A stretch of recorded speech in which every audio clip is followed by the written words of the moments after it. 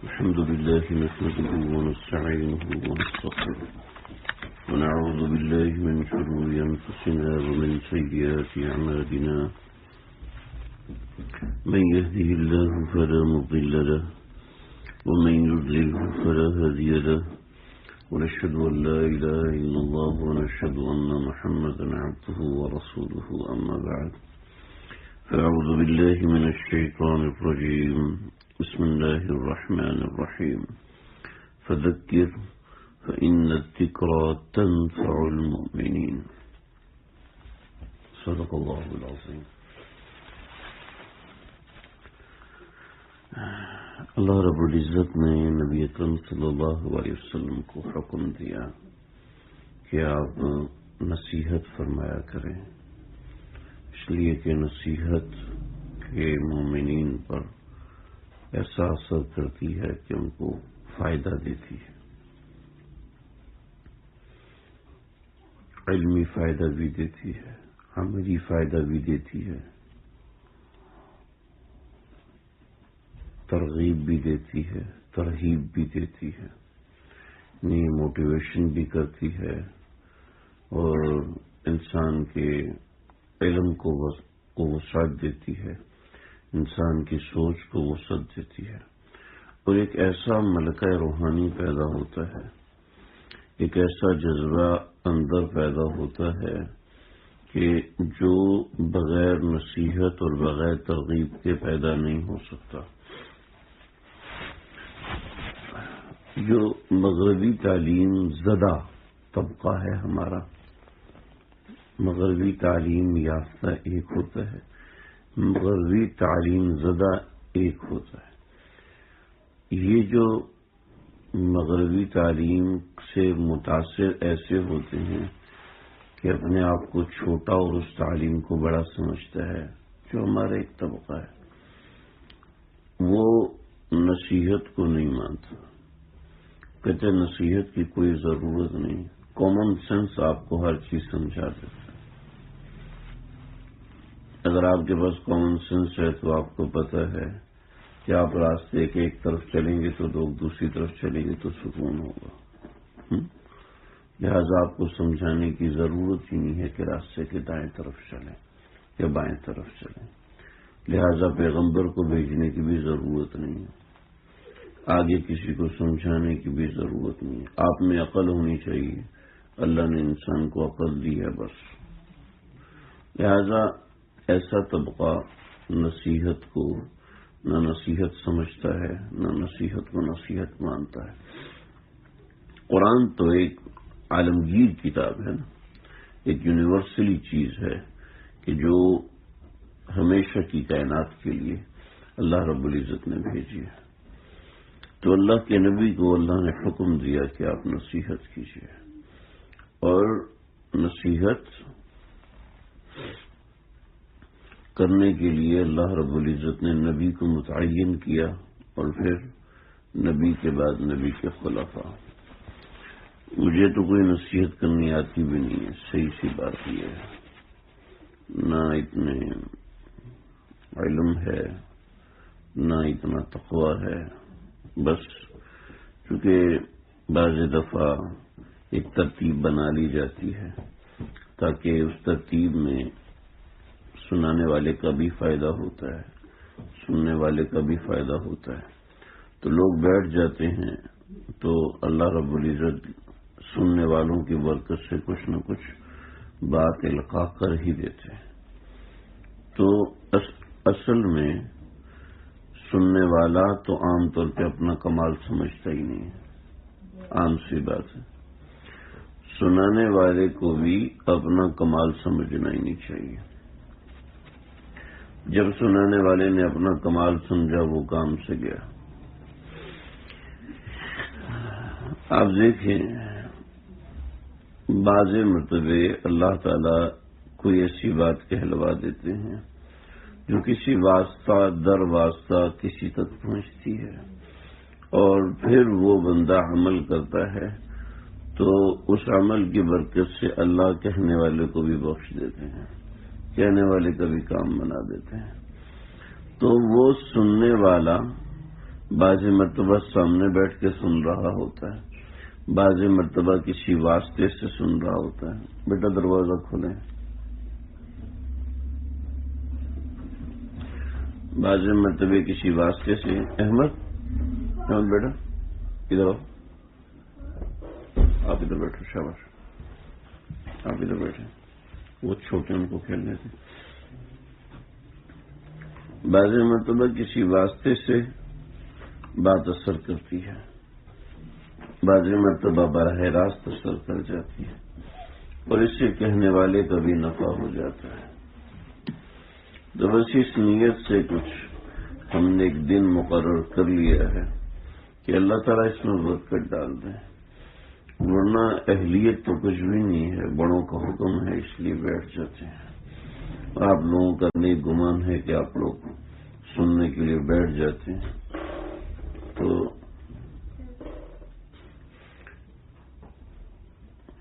جو راجپال جوگی جو تھا، بہت بڑا مصنف تھا، اس نے رسول اکرم صلی اللہ علیہ وسلم کی شان کی گستاخی کی۔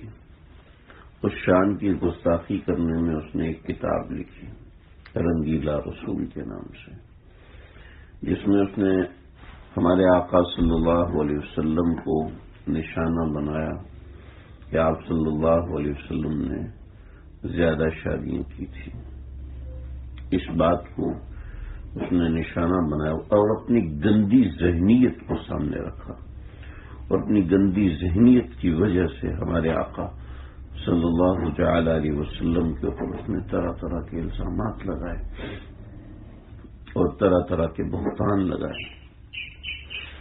تو یہ رنگیلا رسول کے نام سے اس نے جو کتاب لکھی تھی، تو اس وقت پاکستان نہیں بنا تھا اور مسلمان اور ہندو اکٹھے رہتے تھے۔ ہندو سمجھ ہی نہیں سکتا کہ ہمارے دل میں ہمارے آقا صلی اللہ تعالی علیہ وسلم کی کیسی محبت ہے۔ ہندو نہیں سمجھ سکتا، مسلمان نہیں سمجھ سکتا۔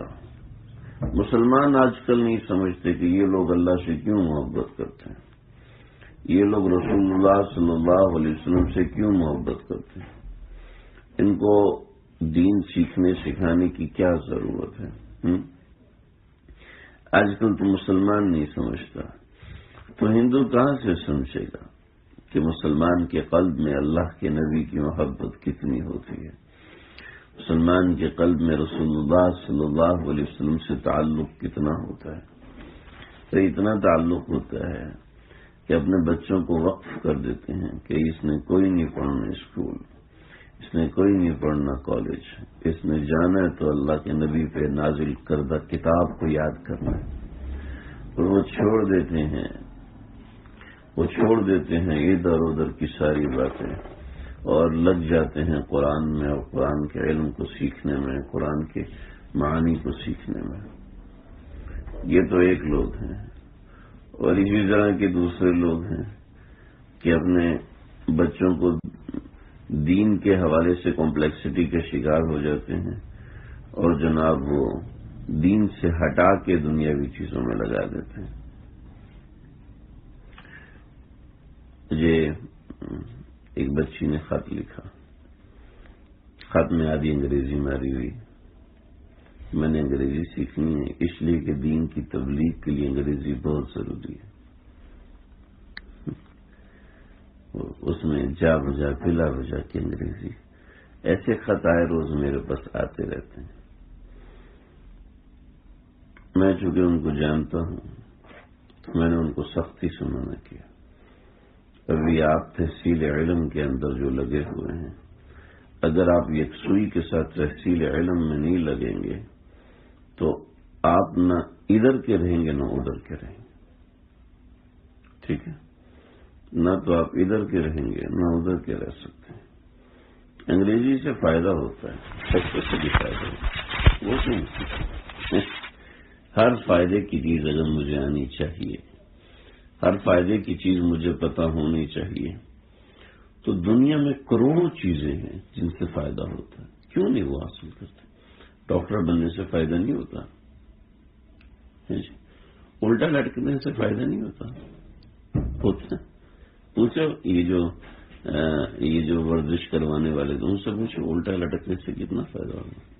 وہ دیں گے روزانہ 10 منٹ الٹا لٹکا کرو تو ذرا باندھے اپنے پنکھوں سے رسی. وہ تو اس لیے کہتے ہیں ان کے جم آباد ہوں گے. الٹا لٹکنے سے بھی تو فائدہ ہوتا ہے جی. خالی آٹا کھانے سے فائدہ ہوتا ہے، روٹی کھانے سے بعض دفعہ نقصان ہو جاتا ہے. تو خالی آٹا کھایا کرو.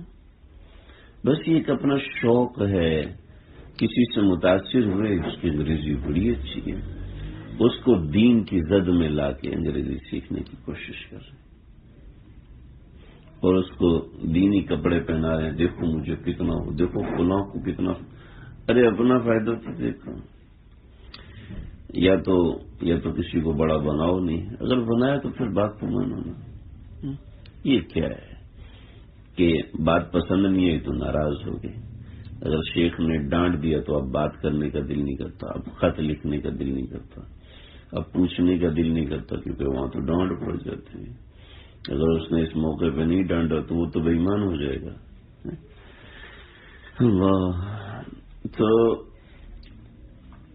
خیر میں دوسری طرف نکل گیا. غرض، اگر اندر غرض اللہ ہے نا، اگر اندر اللہ کی ذات اور رسول اللہ صلی اللہ علیہ وسلم سے تعلق مقصود ہے تو انسان ایک دفعہ آنکھیں بند کر کے لگ جائے، آنکھیں بند کر کے پڑ جائے دروازہ. جو کہیں گے وہ کروں گا، جو کہیں گے وہ کروں گا.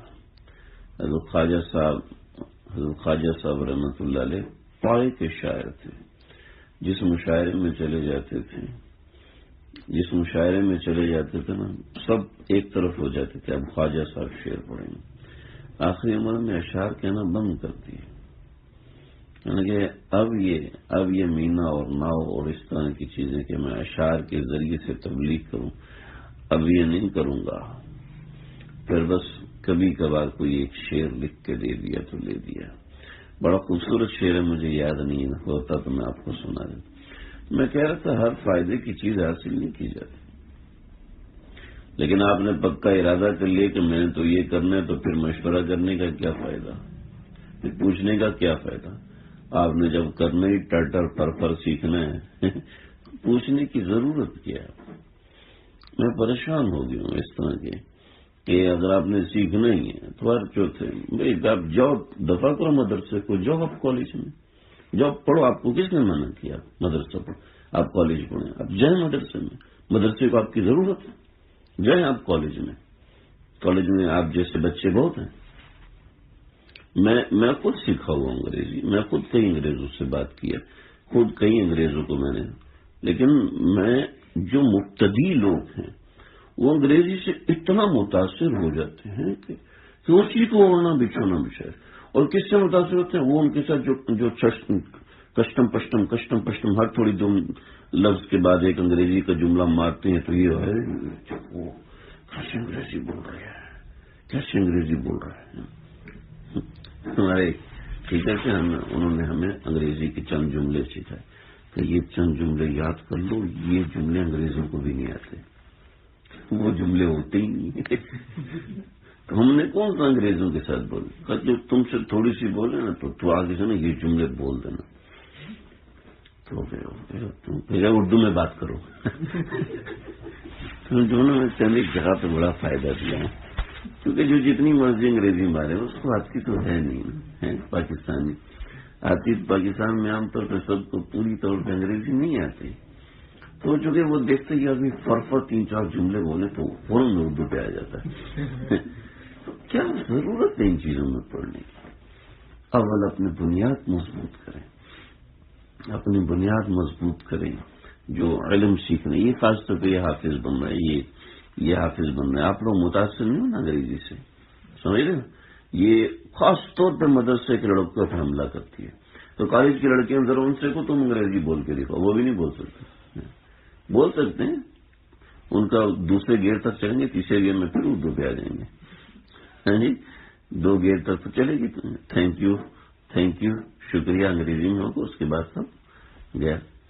مجھے اس وقت شرمندگی ہوئی ایک موقع پر کہ جب ڈاکٹر نے کہا جزاک اللہ اور ہمارے ایک ساتھی نے کہا تھینک یو ویری مچ، کہ تجھے مگرمچھ کیوں نہیں کھا گیا اللہ کے بندے، ڈاکٹر صاحب کہہ رہے ہیں جزاک اللہ خیر اور تم کہہ رہے ہو تھینک یو۔ ہمارے استاد جی کے سامنے کسی نے استاد جی کبھی وقت کیا ہوا پھر ٹائم تو ہوا ہے یہی ہے نا، تو صحیح نے بٹھا کے اتنا بیٹھ وہ اللہ رحمت فرمائے، اللہ ان کی قبر کو نور سے بھر دے ہمارے استاد جی، تو وہ کلاس لیتے تو بڑی مزیدار، ادھر بیٹھ جب بٹھایا تو تیرا کچا بخانہ نکال دوں گا ہو کیا اچھا یوں بیٹھے اور تکیے لے کے آؤ، تکیے لیا، پیٹ ماشاءاللہ پورا پہاڑ بنا ہوا تھا، یوں بیٹھے تھے آگے شروع ہو جائے، ارے نہیں ہمارا ایک بیالوں دیوبند میں ہم پڑھتے تھے نا تو وہاں جمعرات کو بیان ہوتا تھا، تو وہاں سہارنپور میں پڑھتے تھے وہاں بیان ہوتا تھا، تو یوں لیٹے ہیں پھر ایک پائلٹ آتا، پائلٹ نہیں ہوتا، پائلٹ جو یہ جو جہاز اڑاتا ہے نا، یہ جو لونڈے جہاز اڑاتے ہیں تو ان کو پائلٹ کہتے ہیں، تو ایک لونڈا سا تھا پائلٹ تھا، وہ آتا تھا نا تو وہ اس کو کتنی پھر پھر انگریزی آتی ہے نا، اس کو کیسی وہ پھر پھر انگریزی بولتے ہیں، نہیں بولتے ہیں نا، ہاں جی اس طریقے بولتے ہیں، ارے وہ جب آتا تھا نا تو وہ بزرگوں کا نا ادب کرتا تھا اور ایسے کہتا تھا کہ وقت کیا ہوا ہے تم سالے پھر لونڈے منہ کی مونچھیں نہیں نکلی، ابھی بولتا ٹائم کیا ہوا ہے، ٹائم کیا ہے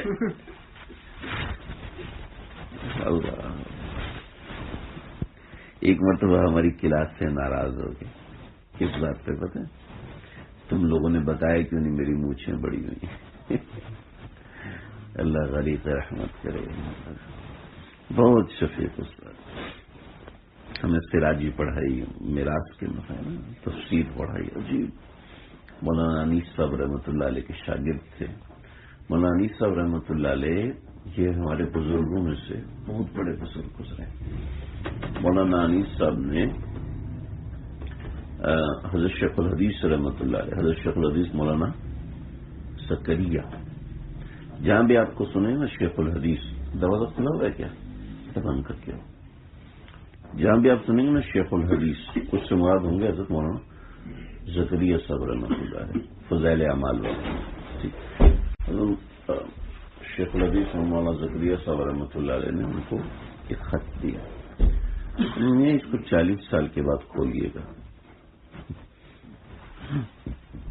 حضرت کی رحلت ہو گئی، کہنا میں سال گزار رہا تھا، 40 سال کے بعد میں نے حضرت کا وہ خط کھولا تو حضرت کے اس خط میں لکھا تھا، حضرت نے تقریباً 50 برس تک بخاری پڑھائی ہے، مولانا انیس صاحب نے فرمایا کہ میں تمہیں خط لکھ رہا ہوں اور آج 40 برس کے بعد تم اس خط کو کھول رہے ہوگے تو سن لو کہ آج تم حدیث میں وہ مقام رکھ رہے ہوگے جو کہ میرا بھی نہیں ہے، لہذا تکبر میں مبتلا نہ ہو جانا، کچھ اس طرح کی بات تھی، ملتی جلتی بات، اللہ اکبر، یعنی 40 سال پہلے خط لکھ کے دیا، یعنی ایسے ہمارے تو مولانا انیس صاحب رحمۃ اللہ علیہ وہ فرماتے کہ میری والدہ کا انتقال ہوا تو مولانا انیس صاحب بہت ایک کڑک مزاج کے آدمی،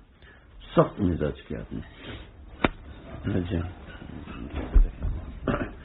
سخت مزاج کے آدمی، بہت ہی سخت مزاج کے، حتیٰ کہ ہمارے 14-15 علماء ساؤتھ افریقہ کے، امریکہ کے، مفتی امجد صاحب تھے، انہوں نے بیان فرمایا کہ ہم لوگ گئے ان کے پاس ملاقات کرنے کے لیے تو 5-10 منٹ بٹھایا، اس کے بعد کہا آپ لوگ چلے جائیں، میں آپ کے ساتھ نہیں بیٹھنا چاہتا، تو ایسے مثال کہ میں طلبا کے ساتھ شادی بھی نہیں کی زندگی بھر، طلبا کے ساتھ رہتے، طلبا ہی ان کو نلاتے تھے، آرام سے بیٹھ جاتے تھے، وہ نلکے کے نیچے بیٹھ کے طلبا جناب ادھر صابن لگاؤ، ادھر صابن لگاؤ، ادھر صابن لگاؤ، ویسے کہنے لگے کہ میں فقیروں کے ساتھ رہنا چاہتا ہوں، میں مسکینوں کے ساتھ رہنا چاہتا ہوں، مسکینوں میں ہی میں مرنا چاہتا ہوں، تو مولانا انیس صاحب رحمۃ اللہ علیہ فرمایا کہ میری والدہ کا انتقال ہوا، مجھے اطلاع ملی تو میں رو رہا تھا، مجھے ٹوٹ لگائی، چپ ہو جاؤ، چپ ہو جاؤ، خبردار جو سانس نکلی، ایک سسکی بھی نکلی.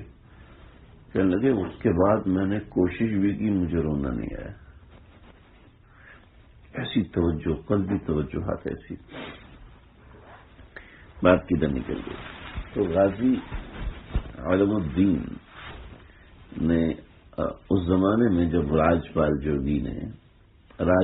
نے آپ صلی اللہ علیہ وسلم کی شان کے خلاف کتاب لکھی، گستاخانہ کتاب لکھی، تو مولانا عطا اللہ شاہ بخاری امیر شریعت انہوں نے کئی دن جلسے کیے اور لوگوں کو آپ صلی اللہ علیہ وسلم کے بارے میں چیزیں بتائیں، درست کے بارے میں چیزیں بتائیں. تو ہزاروں لاکھوں کا مجمع بھی ہوتا تھا جو پوری رات ان کی تقریر سنتا تھا. تو یہ بڑھئی کا کام کرتے تھے، لکڑی کا کام کرتے تھے. تو مجھے آج کل یہاں رش ہوتا ہے، یہ کیوں ہے؟ جلسے میں شریک نہیں ہوا، تقریر میں شریک نہیں ہوا، یہ کیوں ہے؟ تو کہنے لگے کہ ارے بھائی وہ جو ہندو ہے نا رنگیلا رسول راجپال جوگی، اس نے ایک کتاب لکھی ہے یہ اس نام سے، اور اس میں اللہ کے نبی کی شان کے خلاف گستاخی کی ہے اس نے. کہنے لگا اس کی ضرورت کیسے ہوئی میرے نبی کی شان کے خلاف بات کرنے کی، میں نہیں چھوڑوں گا. کہنے لگے کہ لوہار کے پاس اور بڑا سا چورا تیار کروا، بڑا سا چورا تیار کیا، اس کو کپڑے میں لپیٹا اور لپیٹ کے گھر لے گیا. بیوی بچوں سے ملے اور ان کو الوداعی سلام کہا اور باہر نکلے. ان کا ایک دوست آیا، سنیے کہاں جا رہا؟ تو میں نے صبح، میں رات کو اس کے دفتر میں چھپ جاؤں گا یا نہیں، میں صبح جا رہا ہوں اور میں نے اس کو راجپال کو قتل کر دینا. کہا تیرے بچوں کا کیا ہوگا؟ کہ جس کے لیے قتل کروں گا وہ خود ہی خیال کریں گے. تو بات سن، تیرا ارادہ ہے تو میرا بھی ارادہ ہے، لیکن مجھے ہمت نہیں ہو رہی تھی، مجھے دیکھ کے ہمت ہوئی. تو اب ایسا کرتے ہیں کہ میری کوئی جاننے والا ہو، ادھر ادھر کوئی بندہ ہے نہیں، تیرے بیوی بچے موجود ہیں، لہذا تم گھر میں رہو، تمہارا یہ کام میں کرتا ہوں، اور تمہارے کہنے کی وجہ سے اللہ نے مجھے ترغیب دی ہے تو تمہیں بھی اس کا ثواب ہو جائے. غازی علم الدین کہنے لگے نہ یہ کام میں نہیں چھوڑ سکتا. ٹھیک ہے پھر ایسا کرتے ہیں، قرعہ ڈالتے ہیں، پرچیاں ڈالتے ہیں. 3 مرتبے پرچیاں ڈالی، تینوں مرتبے غازی علم الدین کا نام نکلا. کہا ٹھیک ہے تم چلے جاؤ، لیکن مجھے اجازت دو کہ تمہارے گھر کی دیکھ بھال میں کروں گا. اس نے کہا ٹھیک ہے یہ کر لیں. تو غازی علم الدین، میں اس بات پہ بتا رہا تھا، ان مجلسوں کی برکات ہوتی ہیں. کوئی ابھی سن رہا ہے، کوئی بعد میں سن رہا ہے، کوئی کہیں سن رہا ہے، کوئی کسی وقت سن رہا ہے. تو کبھی کسی کے دل میں کوئی بات پڑ جائے تو اس میں اللہ تعالی ہمارا نام لگا دیتے ہیں. غازی علم الدین وہاں سے نکلے ہیں اور نکل کے صبح کا وقت تھا، وہ صبح وہ اپنے دفتر میں آ کے بیٹھا. تو غازی علم الدین اندر داخل ہوئے اور اس کو ایسے چھڑا گھونپا کہ وہیں پہ چیخا اور مرنے کے قریب ہوا. باہر نکلے تو تسلی نہیں ہوئی، کہنے لگے کہیں ایسا نہ ہو کہ یہ بچ جائے گستاخ رسول. دوبارہ اندر گئے اور دوبارہ اچھے سے اس کا کام تمام کیا. جب خوب تسلی ہوئی کہ یہ مر گیا ہے، پھر باہر آئے اور بتایا کہ میں نے گستاخ رسول کو ختم کر دیا. جب عطا اللہ شاہ بخاری صاحب رحمۃ اللہ علیہ امیر شریعت، انہوں نے سنا تو سن کے فرمانے لگے کہ اسی تے گلاں ہی کرتے رہ گئے، ترخان دا پتر نمبر لے گیا. پنجابی کا جملہ، اسی تے گلاں ہی کرتے رہ گئے، ان تو بات ہی کرتے رہ گئے. ترخان کا بیٹا یعنی لکڑی والے کا بیٹا وہ کھاپ کر گیا. پولیس نے پکڑا اور لے کے چلا گیا. اوپر سے یہ شخص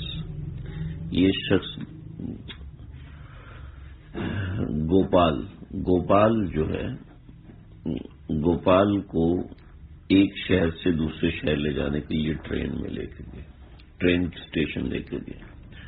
جو ٹرین اسٹیشن پہ لے کے گئے تو ٹرین کے جو ٹکٹ دیتا ہے اس نے ٹکٹ دینے سے انکار کر دیا کہ میں ٹکٹ نہیں دوں گا، میں اس شخص کو ٹرین میں نہیں جانے دوں گا. ٹرین تو انگریز نے چلائی تھی، تو میں اس شخص کو ٹرین میں نہیں جانے دوں گا کہ تجھے نکال دیں گے کہ میں ابھی استعفیٰ دیتا ہوں.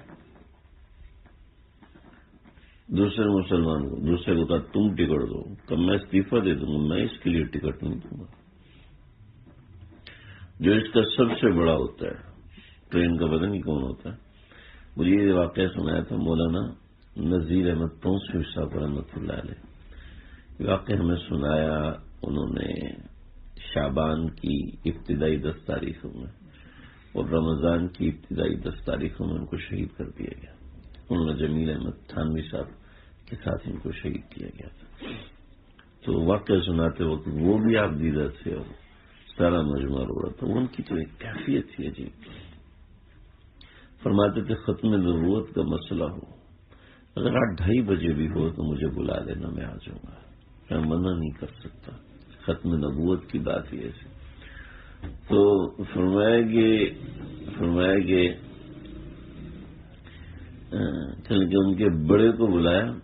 جب بڑے کو بلایا تو بڑے نے بھی وہی کہا جو چھوٹوں نے کہا کہ ہم اس کو 9 دن تک اس کی لاش وہیں پڑی رہی اور کسی مسلمان نے اس کی لاش کو چگا نہیں تھی. عشق رسول چیز ہی ایسی ہے. تو غازی الدین رحمت اللہ علیہ ان کا مقدمہ لڑنے کے لیے ہندوستان کا سب سے بڑا وکیل محمد علی جناح جی وہ آئے. کہنے لگے بس اتنا کہہ دو میں ہوش میں نہیں رہا تھا، میں عشق رسول میں پاگل ہو گیا تھا اور میں نے اس کو مار دیا. کہنے لگے ٹھیک ہے. عدالت میں آئے اور عدالت میں کہا میں نے بالکل ہوش و حواس میں اس کو مارا ہے، جان بوجھ کے سمجھ کے میں نے اس کو مارا ہے اور اس کو گستاخ سمجھ کے اور اس کو راج گوپال سمجھ کے میں نے مارا ہے اور پورے ہوش و حواس میں کوئی غصہ نہیں تھا، کوئی میرے دماغ پہ چیز حائل نہیں تھی، میں نے اس کو چھوڑنا نہیں تھا. اور ایک دفعہ گیا ہوں، مجھے تسلی نہیں، میں دوبارہ جا کے اس کو مارا. کہنے والوں نے کہا ہے کہ جب ہم جیل میں تھے تو جو یہ غازی الدین بھی جیل میں تھے تو کوئی رات ایسی نہیں ہے کہ غازی الدین تاریخ کوٹری میں تھے اور وہ نور سے چمک نہ رہی ہو، ایسا نہیں ہو سکتا.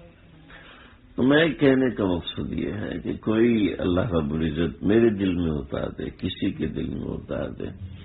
ان مجالس سے نفع جو قلبی نفع ہوتا ہے، جو عملی نفع ہوتا ہے، وہ قرآن سے ثابت ہے. محض بیٹھ جانے سے، محض آ جانے سے اگر کوئی نصیحت کی بات نہ بھی کہی جائے، ایک نسبت ہو جانے سے انسان کو نفع ہو جاتا ہے. بس ایک بات ذکر کروں گا اور بس اتنا ہی بات آج دل میں آ رہی ہے. اپنے مزاج کے اندر ایک ترتیب بنائے. اگر تو اللہ والا بننا چاہتے ہیں، اگر کچھ حاصل کرنا چاہتے ہیں، یہ بچوں آپ بھی غور سے سنو، اشارے نہیں کرو ایک دوسرے کو. خود اگر نہیں سننا تو دوسرے کو تو اشارے کر کے خراب نہیں کرو نا. تو اگر کچھ بننا ہے نا تو اپنے اعمال میں ایک ترتیب بنائے. الاسلام هو النظام، النظام هو الاسلام. اگر کچھ کرنا ہے تو اپنے مزاج میں ایک ترتیب بنائے. اس ترتیب میں تلاوت کا وقت رکھیں، اس ترتیب میں دعا کا وقت رکھیں، اس ترتیب میں ذکر کا وقت رکھیں. اگر آپ سے گناہ نہیں چھوٹتے کوئی بات نہیں، لیکن اپنی اس ترتیب کو مت چھوڑیے گا. اگر آپ اللہ والا بننے کی ہمت نہیں کر سکتے تو اس ترتیب کو نہیں چھوڑنا. اب سے دنیا کا سب سے بڑا گناہ ہو گیا، اللہ نہ کرے کسی مسلمان سے، لیکن اس ترتیب کو نہیں چھوڑنا. یہ ترتیب نہیں جانی چاہیے. تلاوت کی پابندی، اتنی دیر تلاوت کرنی ہے. ذکر کی پابندی، ذکر میں خاص طور پہ اسم ذات. اسم ذات کیا ہے؟ اللہ. ذکر میں اسم ذات کے اندر اللہ تعالیٰ نے اتنی بڑی بڑی چیزیں رکھی ہیں، اتنی بڑی بڑی کہ آپ سے ہاتھ پکڑ کے چیزوں کو چھوڑوائے گا، ہاتھ پکڑ کے بد نظری چھوڑوائے گا، ہاتھ پکڑ کے بد زبانی چھوڑوائے گا، ہاتھ پکڑ کے بدگمانی چھوڑوائے گا. یہ ایک گناہ ایسا ہے جو انسان کو اندر سے تباہ کر دیتا ہے. لیکن ذکر اسم ذات، اللہ کا نام، اللہ کا نام، یہ ایسے اندر کو دھوتا ہے، ایسے اندر کی صفائی کرتا ہے. میں جوش سے نہیں کہہ رہا، میں پورے ہوش سے کہہ رہا ہوں. اس کو توجہ، ہم تو زمانے سے اللہ کا نام لے رہے ہیں، ہمارا کیوں نہیں ہو رہا؟ زبان سے لے رہے ہیں، اندر سے نہیں لے رہے. اس مزاج جب اندر سے لیا جائے، اللہ کا نام جب اندر سے لیا کے اندر شوق پیدا کرتا ہے، ولولے پیدا کرتا ہے، تعلق پیدا کرتا ہے، ایک یکسوئی پیدا کرتا ہے، ایک اللہ سے جوڑ پیدا کرتا ہے. جب اس میں ساتھ انسان اللہ کس طرح لے، اس طرح لے کہ یہاں ایک حرکت محسوس ہو سینے میں، ایک حرکت میں. جو مرد حضرات پوچھتے ہیں، میں ان کو طریقہ بھی بتاتا ہوں کہ کیا کیا کہاں کہاں حرکت پیدا ہوتی ہے. اگر کسی کو سمجھنا ہے تو یہاں کتاب رکھتی ہے، یہ والی شریعت و تصوف، اس کتاب کو پڑھ لیں. اور اگر ساری کتاب نہیں پڑھ سکتے تو چند صفحات میں اس میں بتا سکتا ہوں، ان صفحات کو پڑھ لیں کہ اس میں اللہ کا ذکر کہاں سے کیا جائے، دل میں کیسے کیا جائے اور کس انداز میں کیا جائے. پھر اس میں بہت سی بات ہے. البتہ میں ابھی جو بتا رہا ہوں آپ کو، یہ تو تفصیل ہے، ابھی جو بتا رہا ہوں اس میں ذات ایسے لینا ہے کہ یہ سینہ ہے، پہلے سینے سے ادا ہو پھر زبان سے ادا ہو، یعنی پہلے دل سے ادا ہو پھر زبان سے ادا ہو.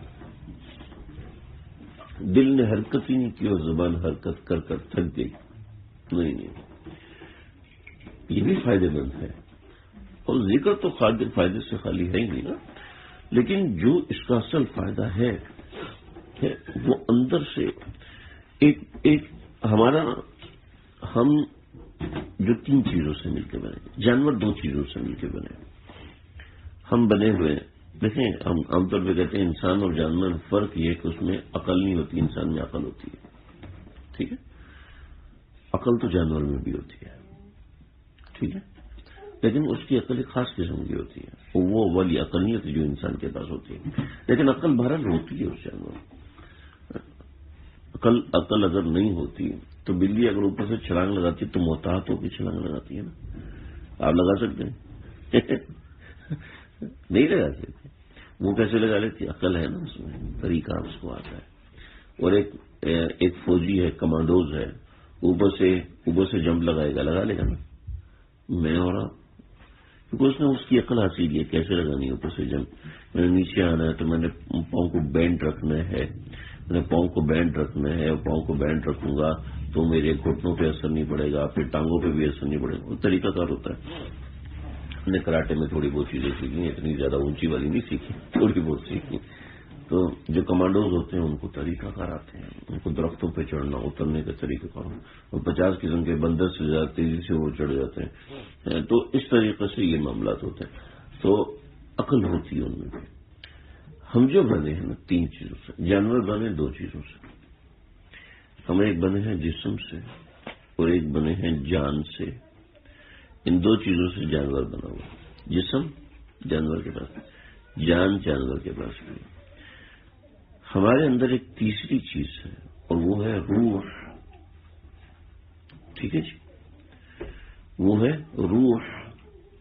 روح کے بارے میں اللہ نے ہمیں کچھ بھی نہیں بتایا، ٹھیک ہے، لیکن اتنا بتایا ہے کہ الا وہی القلب، وہ ایک دل ہے، اذا صلحت صلح الجسد کلہ، جب اس کا دل صحیح ہے تو سارا جسم صحیح ہے، اگر اس کا دل خراب ہے تو سارا جسم خراب ہے.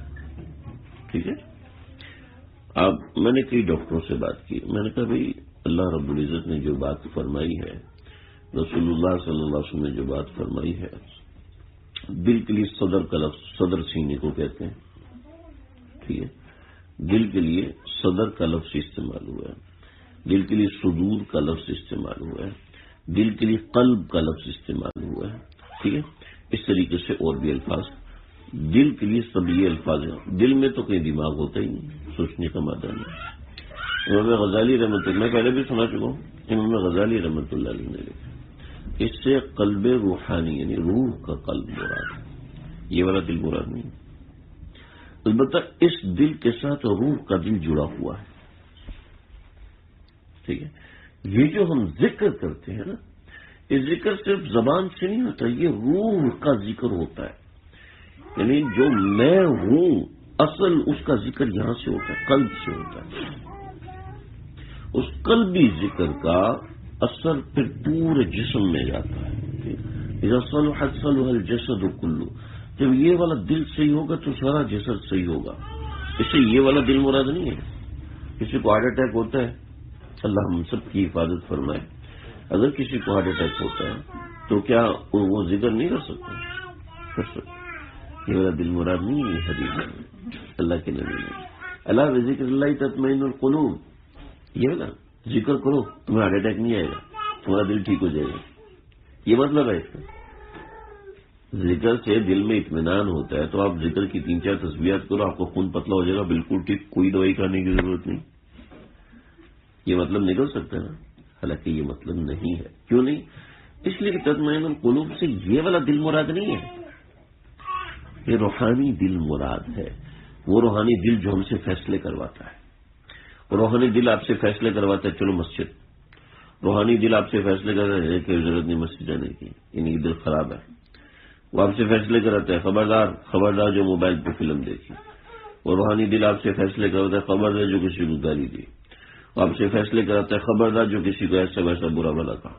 وہ روحانی دل آپ سے فیصلے کرواتا ہے.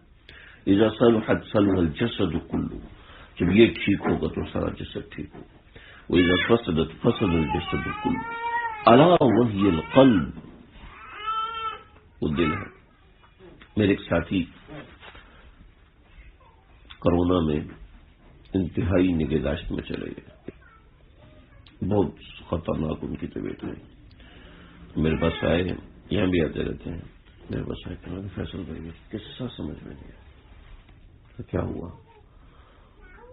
میں نے کہا، کہنے لگا کہ میں بالکل حالت خراب. تو میں نے دیکھا اچانک مجھے طبیعت بالکل ٹھیک، میں ٹھیک تھا، بالکل ٹھیک تھا، لیکن مسئلہ یہ ہے کہ میں کھڑا ہوں ادھر، میرا جسم پڑا ہے ادھر، اور میری اس کے ساتھ اٹیچمنٹ ہے. اچھا، میں ادھر سے اپنے آپ کو بھی دیکھ رہا ہوں اور وہاں سے بھی اپنے آپ کو دیکھ رہا ہوں. بھائی مجھے سمجھ میں نہیں، آپ مجھے پاگل تو نہیں سمجھ رہے، مجھے الو تو نہیں سمجھ رہے. تو وہ میں تو نہیں سمجھ رہا، ویسے تو آپ خود ہے ہی.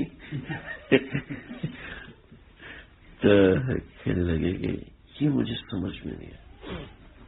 تو پھر میں نے ان کو یہ سارا قصہ سمجھایا جو آپ کو سمجھا.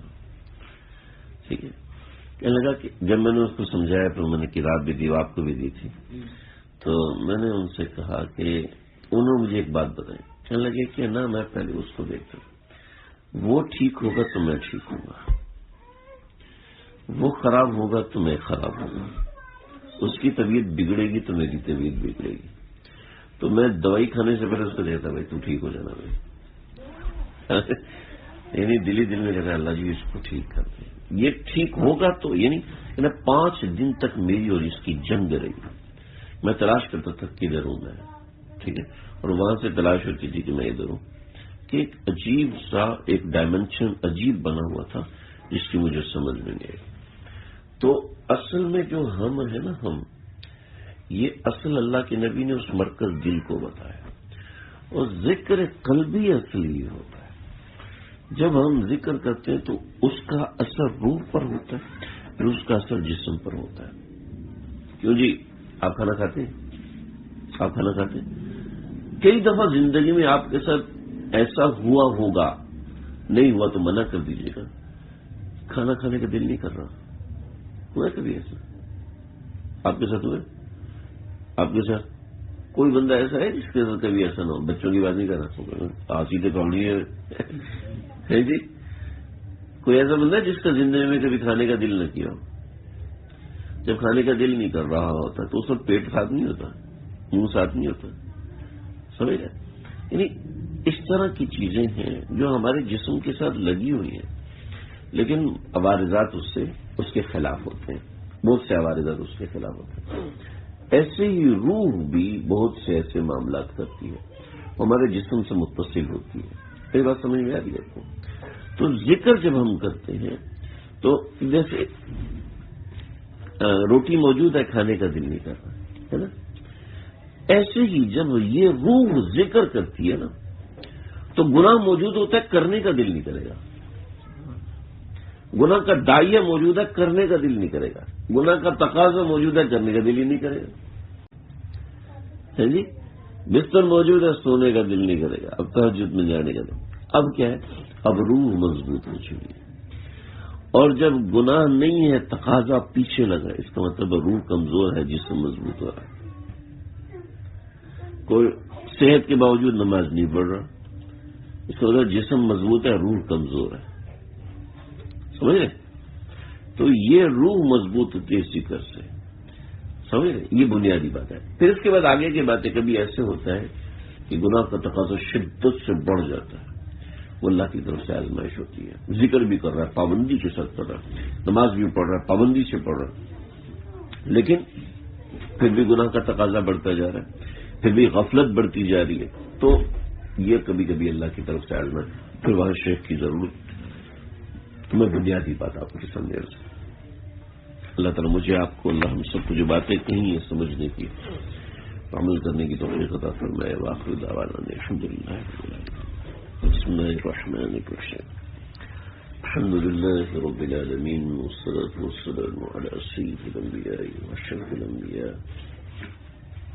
واکرم الانبیاء والمرسلین۔ اللهم ربنا تقبل منا إنك أنت السميع العليم، وتب علينا إنك أنت التواب الرحيم، فرغ علينا الصبر وثبت أقدامنا وانصرنا على القوم الكافرين۔ اللہ جی جو کہا ہے، سنا ہے، کہنے والا بھی محتاج ہے، سننے والے بھی محتاج ہے۔ اللہ جی ہماری بگڑی بنا دیجیے، اللہ جی ہمیں ہمارے قلب کا تعلق اپنے سے جوڑ لیجیے، ہمارے قلب کا تعلق اپنے سے بنا دیجیے۔ اللہ قلب کو ذاکر بنا دیجیے، اس کو غفلت سے دور فرما دیجیے۔ قلب کو ذاکر بنا دیجیے، اس کو غفلت سے دور فرما دیجیے۔ اللہ اس میں اپنی محبت القاء فرما دیجیے، اپنی دوستی، اپنی عنایتیں، اپنا فضل، اپنا کرم، اس کی بھیک عطا فرما دیجیے۔ آپ بڑے ہیں، آپ بڑے ہیں، آپ ہم پہ اپنی نظر کرم کیے ہوئے، ہمیں ایمان کی دولت دیے ہوئے ہیں، اپنے تعلق کی دولت بھی مکمل طور پہ نصیب فرما دیجیے۔ ہم اس قابل نہیں ہیں، آپ نے اس کو محنت کے ساتھ جوڑا ہے، لیکن محنت کی توفیق بھی تو آپ دینے والے ہیں۔ اللہ محنت کی توفیق بھی آپ دینے والے ہیں، اپنے دربار میں بھی آپ کھڑا کرنے والے ہیں، اپنا نام لینے کی توفیق بھی آپ دینے والے ہیں۔ اللہ ہمیں اپنے پیاروں میں شامل فرما دیجیے۔ ہم بالکل یقین کے ساتھ، 100% یقین کے ساتھ، 100% اعتقاد کے ساتھ، 100% شرمندگی کے ساتھ کہتے ہیں، مانتے ہیں ہم اس کے اہل نہیں ہیں، لیکن اللہ آپ اپنا کرم فرمائیے، آپ اپنا کرم فرمائیے، اپنے تعلق کے، پیار کے، اپنی دوستی کے قابل بنا دیجیے۔ اللہ جو کہا ہے سنا ہے ہم سب کو اس پہ عمل کرنے والا بنائیے، عمل کی ٹھیک عطا فرمائیے۔